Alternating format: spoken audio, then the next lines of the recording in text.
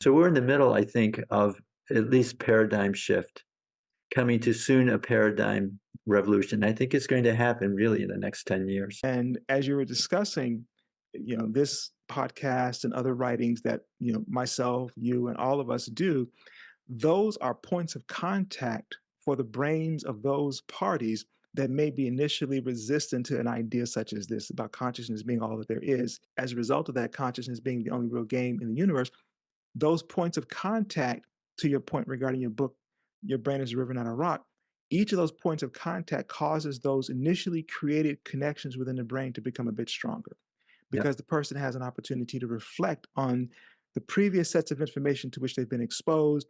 It then begins to root itself deeply within their awareness.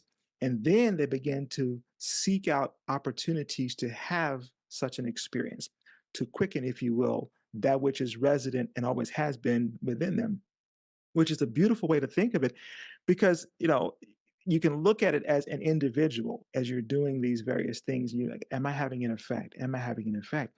And then, of course, when, as in the case of our teaching here in Cambridge, when someone comes through to learn that was initially reluctant to learn TM, but because of a health condition, be that physically or emotionally, they then choose to proceed and learn, there's a fundamental shift that occurs within them.